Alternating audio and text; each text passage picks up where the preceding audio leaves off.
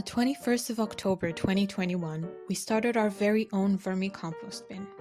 With some mistakes along the way, and some cheerful moments too, this is how it went.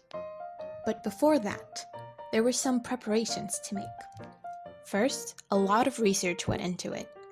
After the research, we got a suitable container and added holes to the top for air circulation.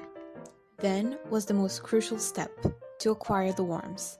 For that, an acquaintance was kind enough to give us some, about 25 to 50, from an existing vermicompost bin. And we were set.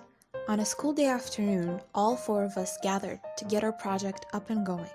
We got some dead leaves from around the school canteen, an old newspaper from the library, and some dirt from the school vegetable garden. Next, we cut the newspaper and the leaves into smaller pieces. Although, now we know that they were not nearly small enough and took longer to break down because of that. We added them to the bin to make the worm bed. Also, this is way too much paper. Please don't do this. We watered the bed for some humidity, and it was finally comfortable for our stars, the worms, aka Frederico's. For our bin, we used red wiggler worms. We added our food scraps, coffee grinds, apple core, cucumber peels, and banana peels. Keep them in mind because it'll come up in a bit. Finally, more bedding on top and some more water. And off to the biology lab room it goes. On day 8, as soon as we stepped foot in the lab, an unpleasant smell welcomed us, which is not supposed to happen, by the way. After inspecting a bit, we concluded the culprit were the banana peels. I told you they were coming back. So we took them out and never added banana peels ever again. Cause trauma. Day 14, we added more dirt out of fear. By day 19, we had our first mold incident.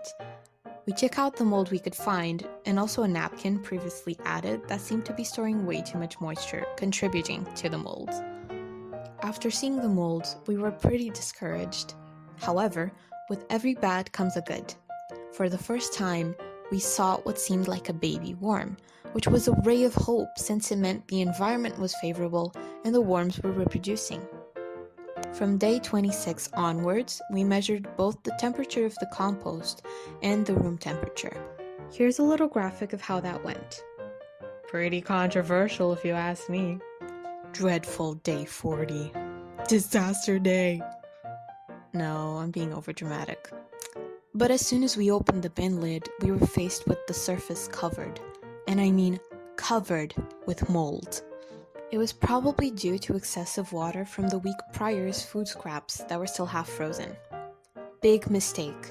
Frozen content should not be added to the compost, as it will not only add too much water that will melt over time, but it will also lower the temperature of the compost, and that may be detrimental to the worms. After 2 days, the humidity stabilized, meaning whatever we did worked. Our bin surely is a favorable environment to mold, as Mr. M made an appearance once again. And once again, we took him out. On day 56, we found something new. We saw what we later found out to be worm cocoons.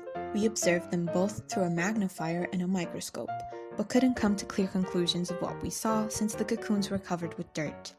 We did, however, see both an empty cocoon and a full cocoon, which was very cool to observe, and I will confirm it looked like a popped tiny water balloon and a full tiny water balloon respectively. Here are some images of some of the things we saw in the microscope. It has been 89 days as of making this video since we started this process, and our composting is still going strong. We are not sure when we will be able to collect our first batch of compost, but it surely won't be that long from now. Meanwhile, our Frederics were able to spend Christmas break with one of our members. Here they are having a great time next to the Christmas tree. They were fortunate enough to transition into the new year in a cozy home. We will see their compost doing its magic very soon, so stay tuned for what's to come.